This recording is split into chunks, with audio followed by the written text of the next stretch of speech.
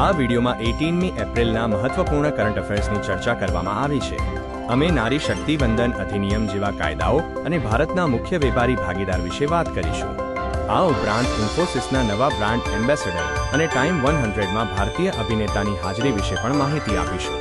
વિશ્વ હિમોફિલિયા દિવસ અને અન્ય રસપ્રદ તથ્યોનો પણ સમાવેશ કરવામાં આવ્યો છે.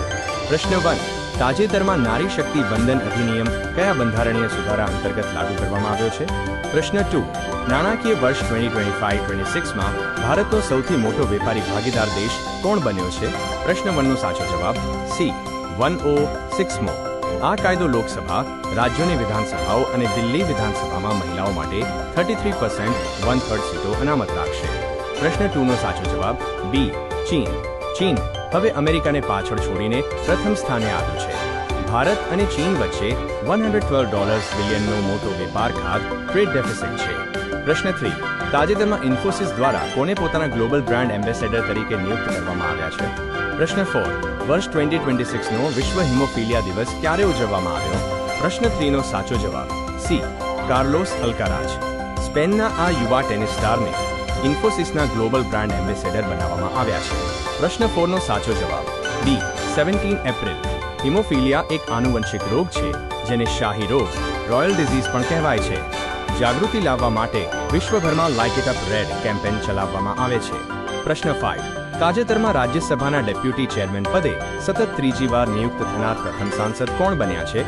પ્રશ્ન 6. સીબીઆઈ દ્વારા પ્રથમ વન્યજીવ અપરાધના સફળ કેસમાં કયા પ્રાણીના શિકારનો મામલો ઉકેલાયો છે? પ્રશ્ન 5નો સાચો જવાબ સી હરિવંશ નારાયણ સિંહ. તેઓ નિર્વિરોધ ત્રીજી વખત આ પદ માટે ચૂંટાયા છે અને આ એક સંસદના ઇતિહાસમાં એક રેકોર્ડ છે. પ્રશ્ન 6નો સાચો જવાબ ડી તિબેટિયન હરણ. ચીરુ. તિબેટિયન હરણ અત્યંત જોખમી, ક્રિટિકલી એન્ડેન્જર્ડ પ્રાણી છે જેના વાળમાંથી બનતી ગેરકાયદેસર શાલ પકડાઈ હતી. પ્રશ્ન 7.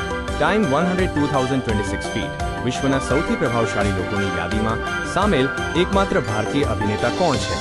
પ્રશ્ન 8. કયા રાજ્યની અદ્ભુત યાના ગુફાઓ યાના કેવ્સને રાષ્ટ્રીય મહત્વના ભૂવિરાસત સ્થળ તરીકે જાહેર કરવામાં આવી છે? પ્રશ્ન 7નો સાચો જવાબ બી Ranbir Kapoor.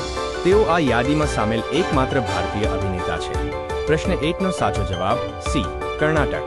Geological survey of India GSI દ્વારા કર્ણાટકના કન્નડ જિલ્લામાં આવેલી આ ગુફાઓને હેરિટેજ સાઇટ જાહેર કરાઈ છે. પ્રશ્ન 9. હાઈવે પર એક્સિડન્ટ દરમિયાન ઝડપી સારવાર માટે પ્રોજેક્ટ સંજીવની કયા રાજ્ય દ્વારા શરૂ કરાયો છે? પ્રશ્ન 10. ગ્રેનાડામાં ISSF શૂટિંગ વર્લ્ડ કપ 2026માં મિક્સ્ડ પિસ્તોલ સ્પર્ધામાં ભારતે કયો મેડલ જીત્યો છે? પ્રશ્ન 9નો સાચો જવાબ સી તેલંગાણા. આ પ્રોજેક્ટ વિશેષ રૂપે નેશનલ હાઈવે NH44 પર શરૂ કરાયો છે. અકસ્માત બાદના પ્રથમ કલાકને ગોલ્ડન અવર કહેવાય છે.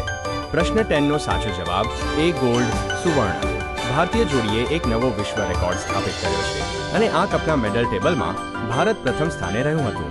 પ્રશ્ન 11. તાજેતરમાં ભારત અને કયા દેશ વચ્ચે રાજદ્વારી સંબંધોના 75 વર્ષ પૂર્ણ થવા નિમિત્તે એક ખાસ સ્મારક લોગો બહાર પાડવામાં આવ્યો છે? પ્રશ્ન 11નો સાચો જવાબ ડી જર્મની. ભારત અને જર્મની વચ્ચેના મજબૂત અને ઐતિહાસિક રાજદ્વારી સંબંધોને 75 વર્ષ પૂર્ણ થયા છે.